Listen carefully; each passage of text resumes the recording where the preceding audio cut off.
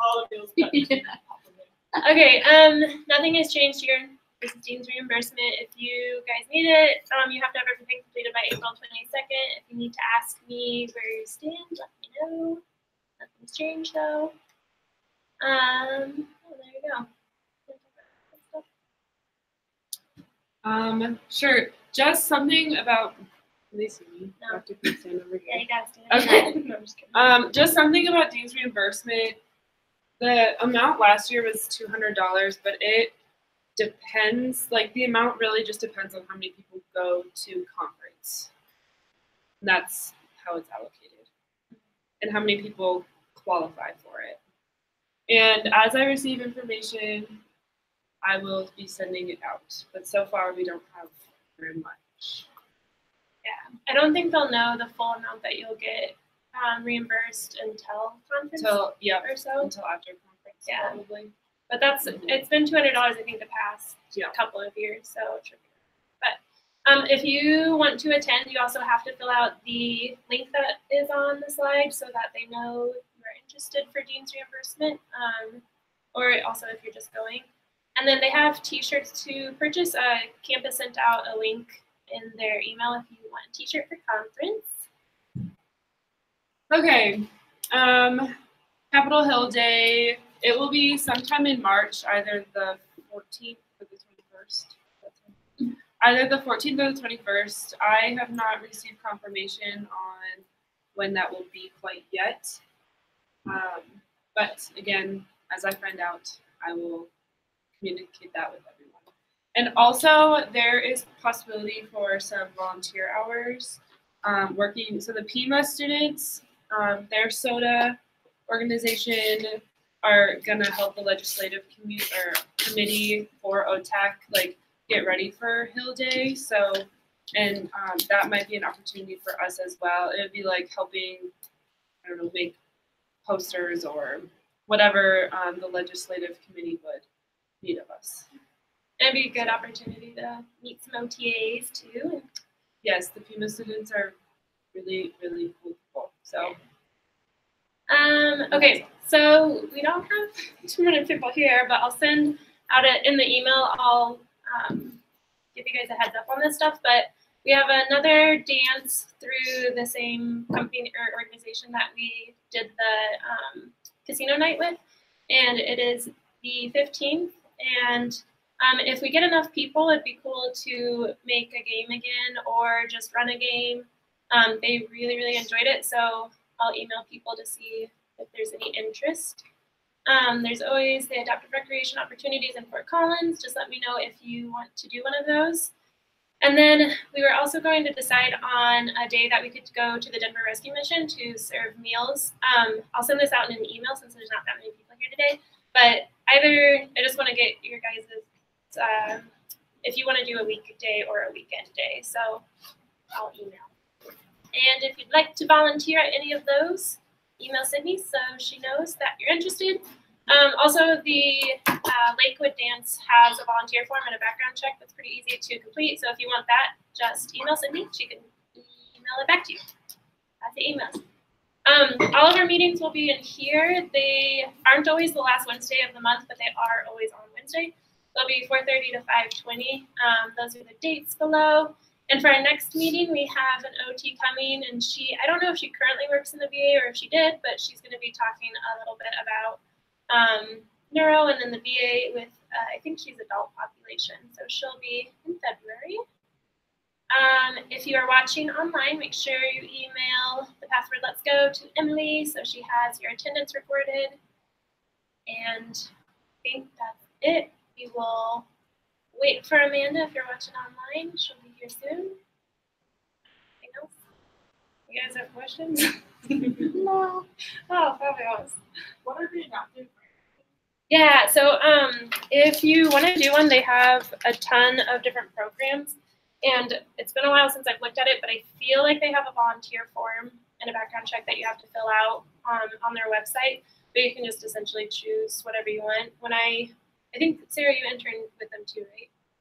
Or not ARO in Fort Collins? Fort Collins? Yeah. Yeah. Yeah. So we've done sports, there's crafts, so, yoga. Yeah, there's dances. cooking classes, crafts, swim lessons. It depends on the season really, because in the spring they have a lot of like outdoor sports, and in Yeah. the summer, but in the winter it's a lot of like basketball and stuff like that. Yeah. And they have But- little and there's kiddos up movie to like nights. adults, which is nice. So you just pick one, and then if you want to do it, you On ARO's website, there should be like a volunteer thing, and it should almost have like a catalog of Yeah. dates and times of events and activities. Like some activities you have to commit for like 6 weeks Yeah. or whatever. It just Some of them are depends. one time. Yeah, I know they have dances too. So I do. for people that are in Fort Collins, or if you want to go to Fort Collins. Yeah. Yeah. How do you guys feel about volunteer hours? Do you have enough? Do you want more? Need more? Okay. If you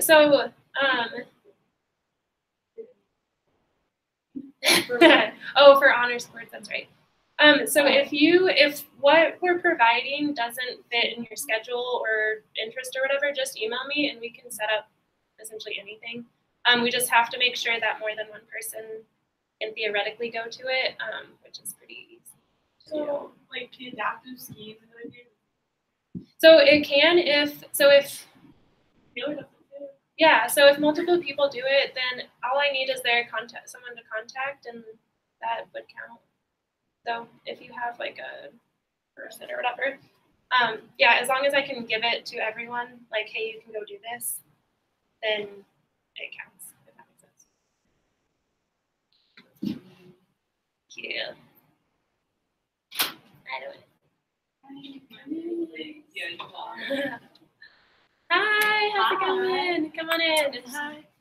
How's the drive? It's good, not bad. Good. I'm Sierra. Hey, Sierra, I'm Amanda.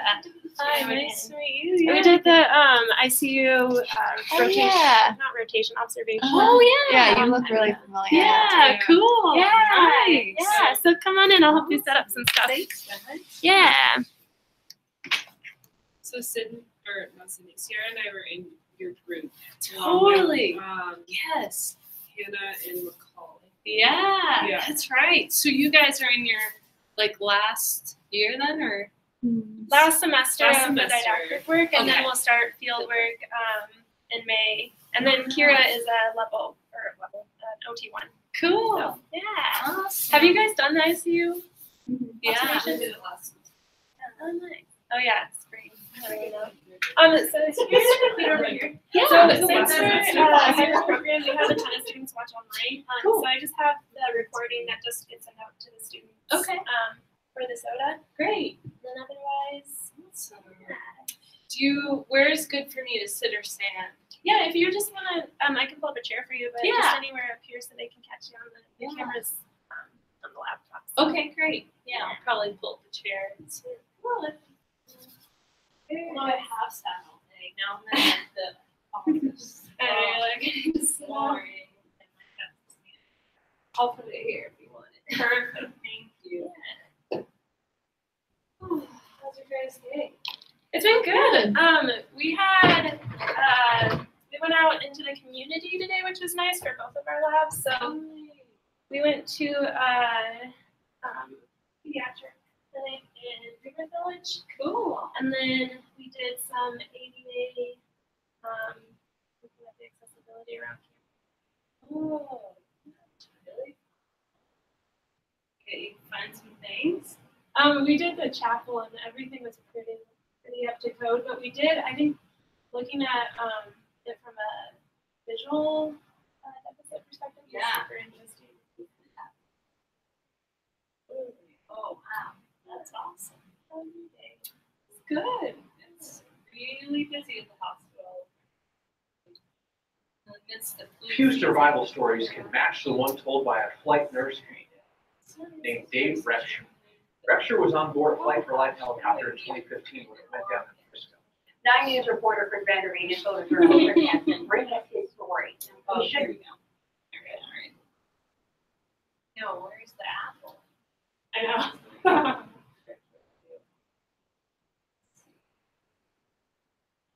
Try turning on the heat. I don't know how to fix it. Try.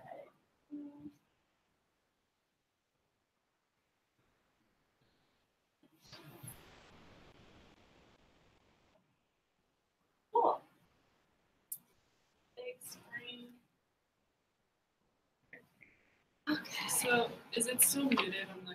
It is, Oh. yeah. I'm gonna give it all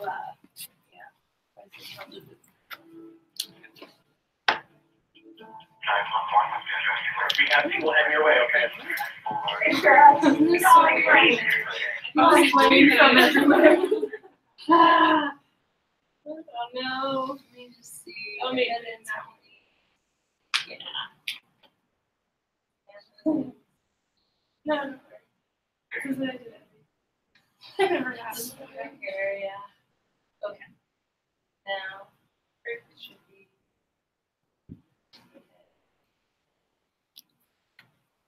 Okay. Have any of you guys had your burn lecture yet? Sort of. Sort We've of. had, some. yeah, in phys rehab, we've talked a little bit about Okay. different stages of burns, but Okay. and a little bit about interventions. but Yeah. Not a lot. Yeah. I know one of my colleagues is coming in to read just to give a little lecture on it. I think in like a couple weeks. So I don't know like which cohort that is with, but this will be a good kind of preface into that. Anyone interested in working in burn rehab? Yeah, you are? Great. Awesome. Anyone like super, that's like the opposite, like, peds is my thing, or, yeah, okay. This is the wonderful thing about OT, right? We can like, meet people at any phase of the spectrum in life. So I thought I was going to work in peds, by the way. So, and that was really easy and fun. And then I did my level 2 at a long-term acute care that had a lot of vents and a lot of kind of ICU level stuff. So then when I came to Colorado, I took a job at university. They had an opening in the burn department. So I said, all right, I'll give it a shot. And next thing you know, it's like became my greatest passion and, the patients I really connected with and enjoyed most. So that's what I'm here to talk about tonight is about one case in particular. That's a case of Dave Repsher. Has anyone heard of Dave Repsher living in Colorado? No. Okay, so he's a legend, so now you know. But he's a legend for many reasons, which we'll get to hear about.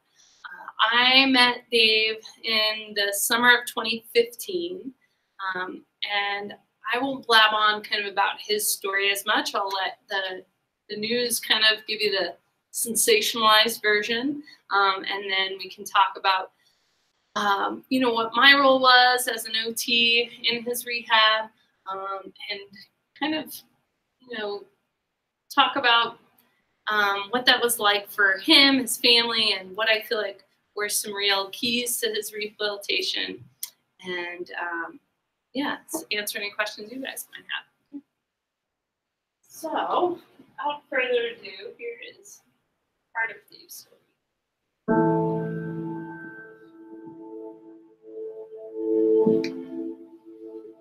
Dave Repsher should be dead. To me, it just seemed like there was fire everywhere. Yet here he is, No matter which way I turned, there was fire. a living reminder of the consequences of indifference. People have known. The manufacturers have known. The operators have known that if a helicopter crashes, it's most likely going to go up in flames. 911, we have people heading your way, okay? It's calling plane. Okay. Calling.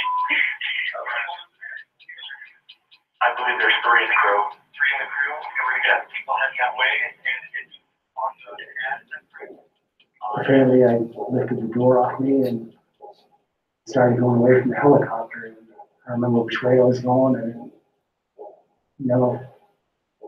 which way was the right way to go, the wrong way to go. I don't know if I remember. I just was trying to get away from fire. It was everywhere. Went into the ER, and I guess that's when I started feeling things. The pain was bad, and I had my hands up in front of me. Skin, I could just feel the skin sloughing off my hands. Right before they gave me some medication, I told them to tell Amanda I love her. Not me, That's his it. wife is.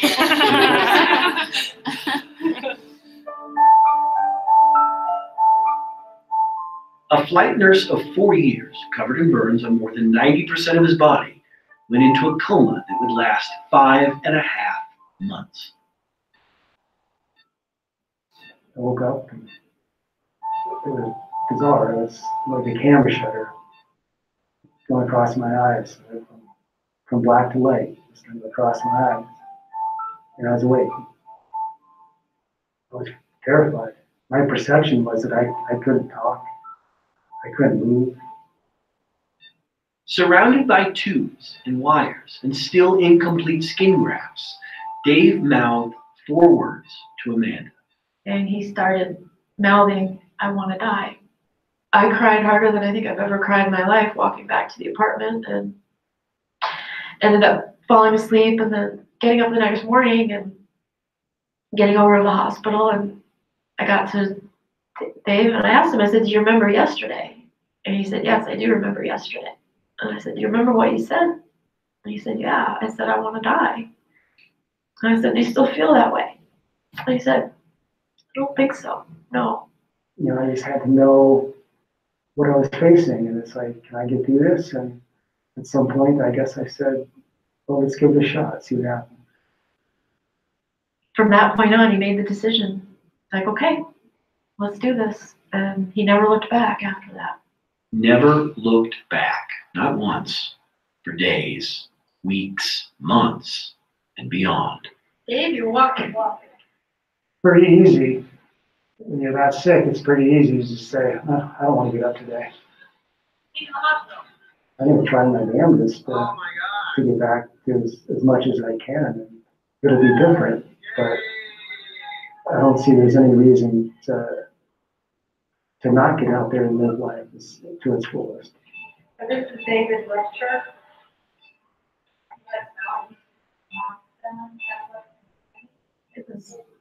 You led the charge, though. I mean, it was you fighting every step of the way.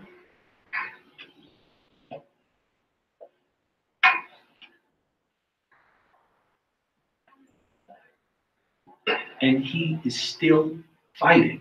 Keep getting invited to more and more of these things. Dave Repsher will spend the rest of his life demanding change from the very people. The accreditation agency for medical transport, their board of directors. The very people who have the power to grant it. You know, from the day I woke up, that's been Amanda and mine's mission. I just have that fighting chance to get out from the wreckage. He is alive, no thanks to an issue the helicopter industry has ignored for decades. I mean, I'm an outlier, for sure. I'm not supposed to be here. And that's not what the industry wants. Thousands of helicopters in use today have antiquated fuel systems that make them just as vulnerable to a post-crash fire as the one Dave was in. It's something that can be fixed. These can be prevented.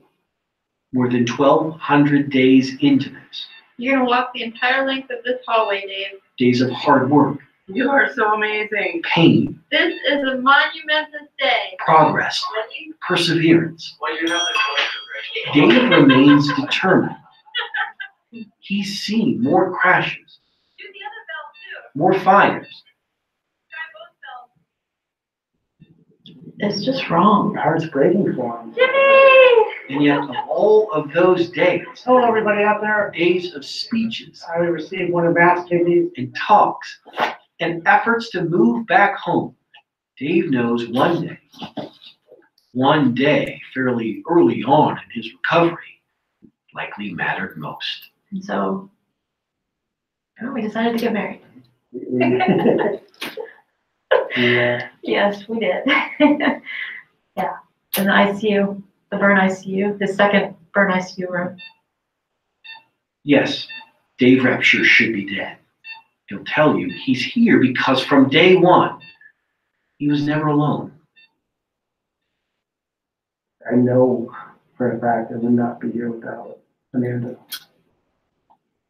As you were fighting so hard, all I could do was just put my hand on your head and my other hand on your heart and just told you that I wasn't ready to let you go and to just fight, and I loved you and I wanted you to come back.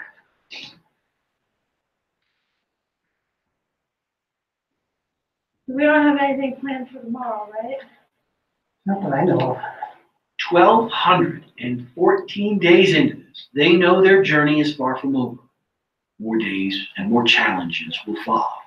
And yet to them, that's no longer daunting. All things, all steps, and all days considered. Dave's the strongest person I've ever met in my life. And no matter how hard the days got and how bad the pain was, he just fought through it.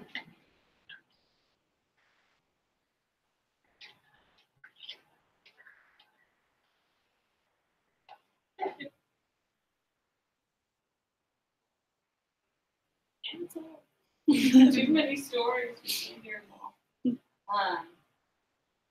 Yeah, so that's a little bit about Dave. I didn't really bring a whole bunch of notes, and there's not a whole lot that I want to imbibe and impart on you guys tonight. It's more, we'll start just kind of with you guys of what questions, looking at that, what do you want to know from the OT? Yeah. Well, I was just wondering if this coma was induced. Yeah, great question. Yep. So it was. Yeah. So there was Dave had no neurologic injury from the crash. There was no, I don't think he even broke a bone from it. It was all just burn injury. So yeah, cranium totally intact, no injury. And as soon as basically what happens from the crash site, I might just kind of walk you guys through a little bit of what that looks like. So, EMS arrives. They talked to Dave. Dave had been in EMS. And what happened really, you saw him come out of the helicopter. He would have been okay. Why he got so burned is he went back in to try to get the pilot out. And during that, he got coated in fuel. And so that was the accelerant on his skin, which made it so much worse. Because there was 3 people. One, she walked away pretty much uninjured, minor burns. The pilot died, and then Dave, because he tried to help, which I think speaks to his character and what he's still trying to do. And so what happens is then EMS, they arrive, they talk with him, and he's very conscious. A lot of people, we have a 90% burn. She was in an oil field, oil explosion, she's on fire, fully burned, drives herself 20 miles until she gets cell service to call 911. So people can withstand amazing injury with burns and be conscious, so fully conscious. When they arrive, then doctors and nurses start pushing heavy doses of pain medicine, and that's basically what keeps them in a coma. Yeah. So they put him on another helicopter, like for life? Yes. Yes. Mm-hmm. Interesting. Mm-hmm. Yeah, I know. And the fuel tank thing issue he's battling is the fuel tank, I think, is less than, it's the current fuel tank is less than a pane of glass thick, and it's just plastic. So he's trying to get them to change all of the fuel tanks to a little heavier ply, if you will. So yeah. The other thing is when a burn arrives like that to our hospital, so we're verified burn center. So we take the biggest, most catastrophic burn injuries in the region. So we'll get burns from Montana, some parts of South Dakota. And so they come in and then they don't go through the ED. They come right to the burn center. And so you'll be working on the unit and you'll hear, okay, we've got something coming in. So of course the doctors and nurses get ready. And as a therapist, you're kind of okay, what's coming in? 90%. You know in your head, if this person survives, we're going to spend the next year of our life together. This is a relationship we're committing. So it's you know, you're watching the family because you realize like we're gonna be real close. And so you're seeing them in this whole initial trauma because you're realizing, all right, we're gonna have to be a whole team for this person to make a good recovery. So yeah, the nurses are back there. They're running fluid resuscitation because initially that's why Big Burns died. Not from pain, not from, it was, they had so much exposure from their skin, and skin holds in your fluid. So if you're missing that, you're leaking out, and people were dying from that. Then the next thing people would die from years ago is infection. Well, we've gotten better with antibiotics. We can now also with, once they had critical care stuff coming online, it helps bigger burn injuries survive too. So ventilators, all the ICU stuff. And then trying to think of the last thing. Oh, in the last 10 years, why these people are surviving is the new technology in skin grafting. So, you know, 90% burn. Dave had his forehead and I think part of his scrotum that they could harvest for skin. So that then meant, you know, you're harvesting this small area over and over and over again. Well, now what they can do is they can take a small part, send it off to Boston, where there's a lab where they can then recreate that skin. So it is pretty wild, and that's, you know, really, it's probably been around for like 15, 20 years, but not cost efficient, not, you know, in a something that they can actually use, and that a skin that holds becomes tough. The other issue that Dave has had medically is he, like, when you are dosed with heavy antibiotics for a long time, your kidneys, it's a filter. You clog that filter enough, you need a new kidney. So he put out a news little piece, and someone watched it and was like, I'll give that guy a kidney. And so they had like a phone number on the bottom, like, if you want to give Dave your kidney, call blah, blah, blah. So this ski patroller was like, hell yeah, sign me up for that. And so they did. And yeah, he's been recovering from that and doing great with, you know, being off dialysis and being free to live his life. So what other questions you guys have?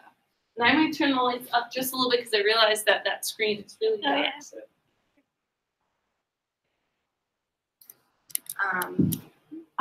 Yeah. What does your, I guess at that level of care, what does OT kind of look like? Are you doing a lot of ADLs, or do you feel like you're doing more preparatory?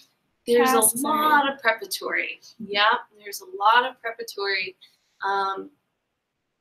because one, being in like a coma-like state, it's difficult to engage in meaningful, you know, retraining or so during that phase, there's a lot of positioning, splinting, casting, range of motion, education with, you know, the wife and having her engage in a lot of that. And even though Dave says he doesn't remember for the first like 5 or 6 months, there was many days where he was like talking to us, and he just really doesn't remember like any of that. I remember that I was there the first time we put like the passing ear valve on him so he could like speak, and his wife was there, looks around, and the first thing he said was like, I love you, Amanda, to his wife. Like, it was just, she is definitely the reason why he's alive, like no doubt. She would always like know when he was about to go septic, like when he was getting an infection. She was like the canary in the coal mine. She would be like, I think Dave's getting really sick. Both of them were like nurses, so they like very much, Dave near the end when he was totally alert would come out when the doctors were around and he's like, all right, pull me over there. What's my creatinine at? oh yeah, we should probably dial that back. Like he was like engaging in his care. Like that was his occupation, right? He's like, yeah, I want to get me back into nursing like right now for myself. So yeah, in the beginning, a lot of purposeful. The skin, as it heals, lacks the elastin. So you have collagen and elastin. Collagen, it's the real thick kind of tough stuff in the skin, makes it really hard. Like, think too, in collagen, people want collagen, they want saggy skin, right? All the elastin. So for burn patients, if they've had transplant skin, it's healing, it just gets really tight, really stiff. So you really have to work that skin, a lot of manual charges, a lot of providing a prolonged stretch. And so that's when you're working with someone, bringing them to the edge and putting them through a lot of pain, kind of challenging their edge of tolerance, because you are having to break through some contractures and some really, you know, Dave, for a long time, like couldn't get the Yankauer like to his mouth. Like he just wanted to suction his own mouth, right? Like that was the goal. Well, to get that was like the perfect, that's often like one of the first goals. Like somebody wants to, either if they wear glasses, they want to be able to do that, or they want to use their call button, or they want to get the Yankauer out of their mouth. Those like big burns, that's like our top three, typically what they want, or to like get their cell phone and call their wife. And so, yeah, figuring out like, okay, how do I need to position this? Do I need to order another call light? Because this one that they have isn't going to work. So we got to figure out something else. And then, you know, for him and the Yankauer, we had to, okay, now we're going to have to really break through and work on this contracted elbow. And so that's like, we're working and stretching and providing a lot. In the OR often, like we'll go, you know, his 51st surgery, we were probably in on like 30 of those surgeries doing casts, splints, or stretching, because you really want to be able to understand what's the range of motion, not just when someone's awake and like resisting you, but what's the true range that I can get if someone is under anesthesia. So we do that. And the doctors and nurses are in there, you know, as well. So sometimes we'll be stretching a shoulder and we can see it. Oh, it's really tight. And they were like, go for it. And you're like, I think it's going to tear a little. And they're like, so tear. So you're often like weighing, like, you know, do no harm. It becomes a different marker. Like, because do no harm is leaving that contracture in place and him not being able to move that. So it's, all right, let's free it up. They're like surgically, you're saving us a hell of a lot if we can get that open instead with some stretching. So, yeah, that's a long answer to that question. We do get into some really fun, say purposeful and, you know, meaningful, some occupations. For Dave, he loved skiing, biking, hiking, kayaking, like very much. He was a river, like a guide for a long time. So one of the first activities we did was having him like sit. And we were working on sitting tolerance at the edge of the bed. Super painful, just even getting him into that hip flexion. But then if we could say, all right, let's pretend we're on the raft because the beds sort of feel like that. And then, all right, let's get a Hoyer. We'd bring like the Hoyer lift in and we'd set like a dowel through some TheraBands looped up. And so then he's holding this dowel, which is suspended by TheraBands. And then he's able to practice paddling and get some sensation like, oh, this is fun. Like now we're having a good time, right? When you're able to transform it, not just into, you got to stretch and sit, but let's connect it to something really personal and really start to see yourself getting back to that activity. We still all pressure Dave to get us back. He's promised us he would guide us on our raft trip down the Grand Canyon. He still has one little piece of open skin that he has to heal before he's allowed back in open water. But once we get there, we're going rafting. So hopefully all that purposeful activity paid off. Yeah. What else? How often do you do therapy with people in the ICU? ICUs in general, or did like burn, or maybe Dave? Yeah, Dave's frequency was like 5 to 7 days a week, depending on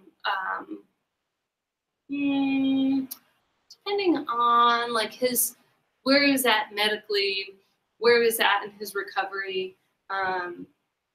You know, he did go through our acute rehab program, so he was in the ICU for oh my gosh, a year and a day, I think. And then he transitioned to like a step down unit, still tighter nursing, and then he transitioned to our acute rehab and then outpatient. And so it depended what phase he was in. While he was in ICU, yeah, probably 5 to 7 days a week. And often like we would spend like an hour and a half in there. It just took a long time, especially, you know, there's some casting we had to do where we had to cast every finger individually. Like that takes forever. And we would do co-treats really often, like, you know, with PT maybe on one side or stretching some area, and then we're stretching another area, and we're all talking with his wife and getting her stretching another area too, so we could do it all. So yeah, it depends. In the hospital, we'll staff the burn unit by TBSA, which is that total body surface area. So because you might have 20 patients, but if they're all 2% burn, you might not need tons of staff. But if you have 4 greater than 80% TBSA, that's going to take one therapist whole day. So try to figure that out.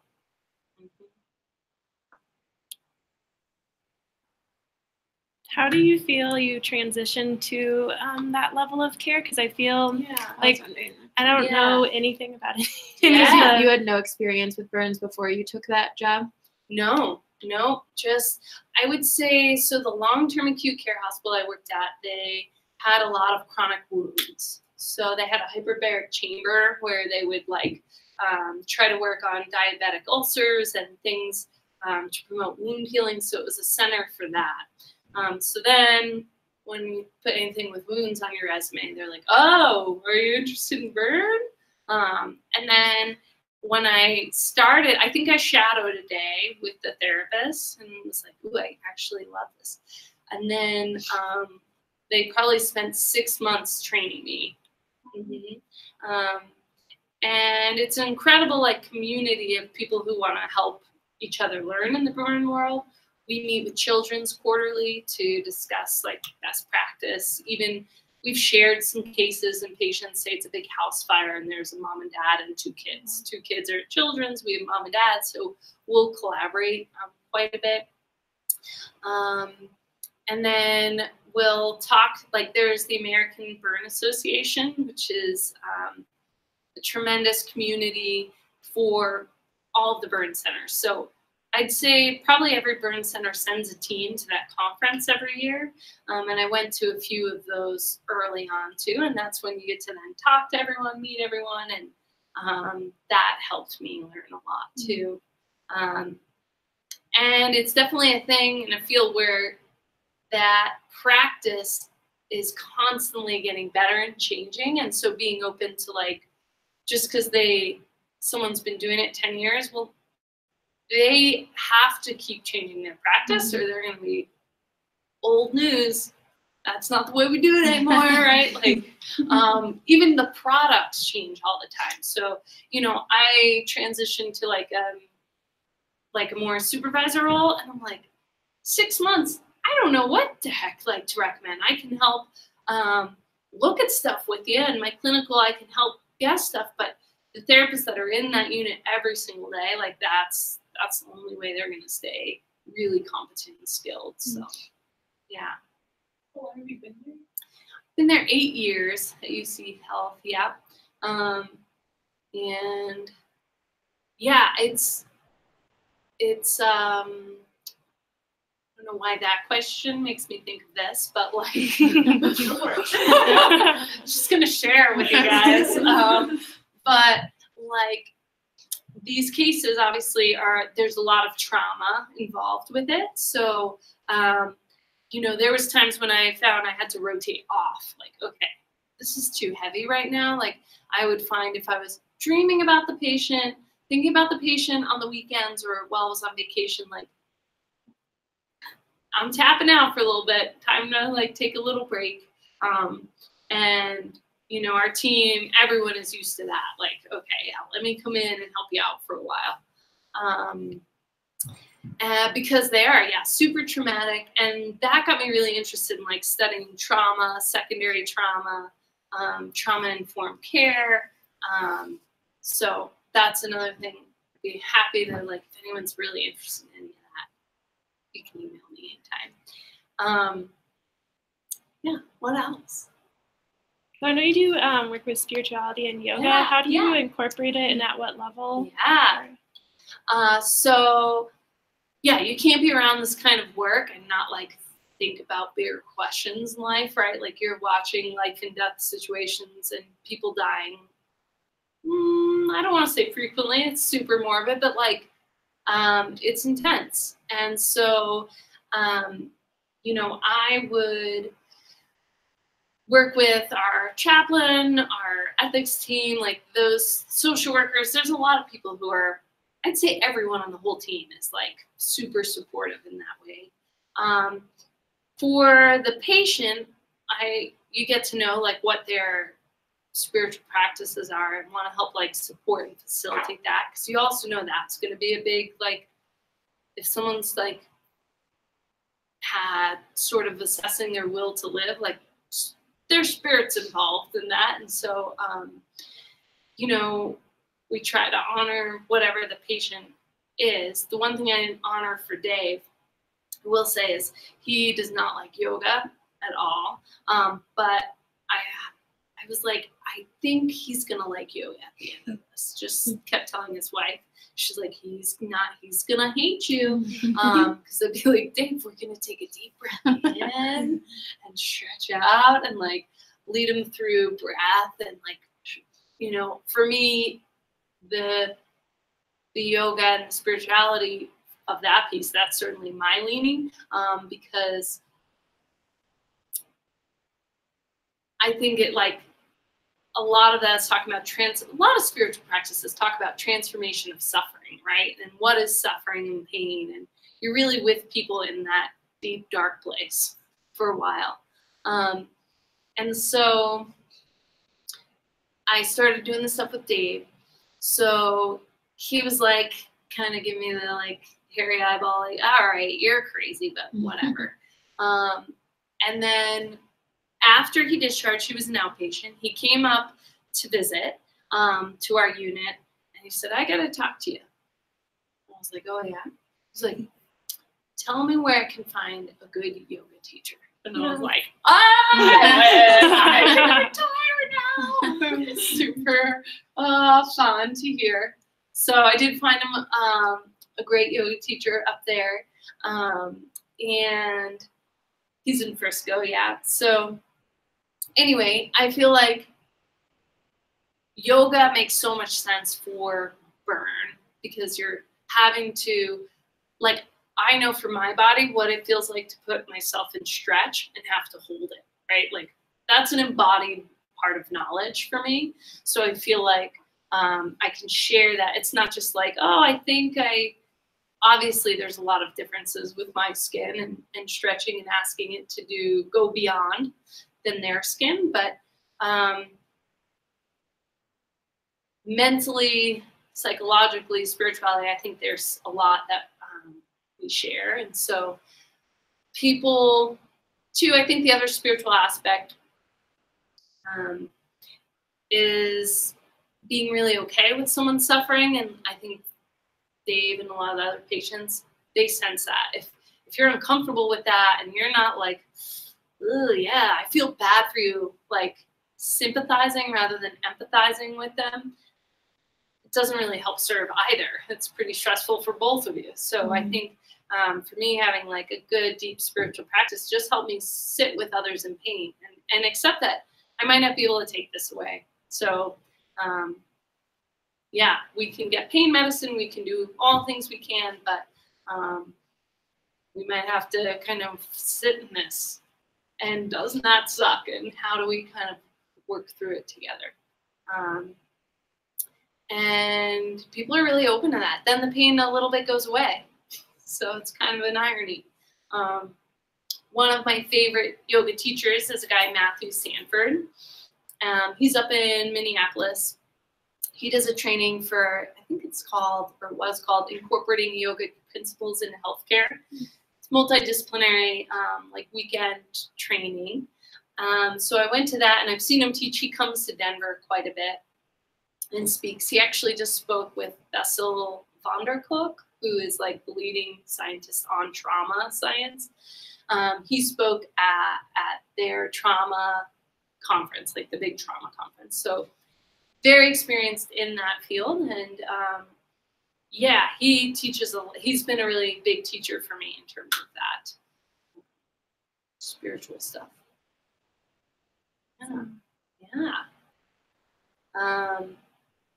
It's 5:20. That went by fast. Oh, man. I know. Amazing. Yeah. Thank you so much for coming. that was really awesome. appreciate it. Absolutely. Yeah. Thanks for letting me come and blab my mouth. It's super fun to share this stuff. I really, really love this. So if anybody ever wants to see anything or have any opportunities to be heavily step shadows, either with our unit, or I have like a patient I was just texting with now, and she's like, if you want to ever come to my therapy, she's doing like prosthetic legs and outpatient. She's a bilateral AKA and just learning how to walk on her new prosthetics, and absolutely amazing woman with a lot of strength. And so yeah, I'd be happy to set any of that up. Do you keep in contact with a lot of your patients? Yeah, I do. So the Burn Center has this program called SOAR. It's Survivors Offering Assistance and Recovery. And so they all come back to the Burn Center, and we have like support group. And so a lot of people you stay connected with for years. And like, they're my teachers just as much as my other colleagues, right? Like, they're the reason why I can push people through a lot of pain, is because I know what it looks like on the other side. And so like, they've told me, thank you so much for busting my butt and like making me just cry that day, because I needed to get here. So you're like, all right, I'll keep doing it. So, yeah, that's it. Yeah. Do you mind if I share your email with?